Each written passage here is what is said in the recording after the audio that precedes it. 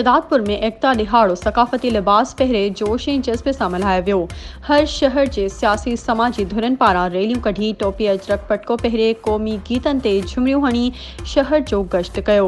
जस्कम तरफ़ां शरीफ कल्होड़ो, वाजिद बागराणी, हसीब मेमण, SDP तरफ़ां शाहनवाज़ नाइच, रफ़ीक जलालानी, अली अहमद उमरानी, सियाल ऐं गिरवाण इतिहाद पारां ढगो गाॾी ऐं उठ गाॾी खे सकाफ़ती रंगनि सां सजाए फ़कीर बख्श, नबी बख्श, अली नवाज़ सियाल, डॉक्टर बचल, जावेद गिरवाण, हमीद गिरवाण जी सरबराही में रैली कढी वई।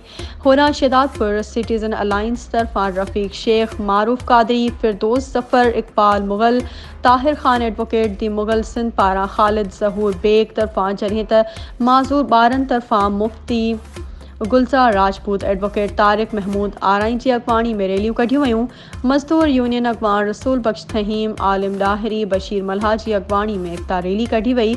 खोसा इतिहाद तरफ़ां अब्दुल नासिर खोसो, मोहम्मद ख़ान खोसो, पमहर इतिहाद पारां मौला बख्श पमहर जी अॻवानी में कठ प्रेस क्लब पहुतो।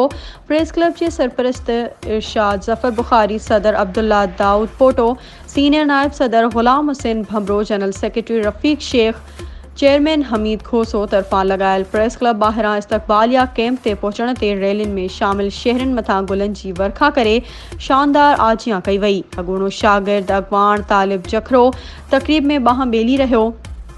उन मौक़े ते राना नदीम, सलीम राना, शाहिद खलील, फहद खोसो, इमरान कमर, राणा बाबर, पीर बख्श टालपुर, मोहसिन कल्होड़ो, माजिद बागी, मोहम्मद बख्श सुर्यो, अरशद बखारी, मंसूर बेग, नबील आराई, धनी बख्श बागराणी, ग़ुलाम अब्बास बलोच, सजाद ख़ासकेली, GM गौरी, अब्दुल हक भाणोचो, असलम रिंद ऐं ॿियनि सहाफ़िन शिरकत कई। वधीक ख़बरुनि ऐं अपडेट्स जे लाइ असांजे चैनल खे सब्सक्राइब कयो ऐं हा, बेल आइकन खे प्रेस करणु न विसारिजो त जीअं असांजी हर नई अचण वारी वीडियो तव्हां ताईं पहुची सघे।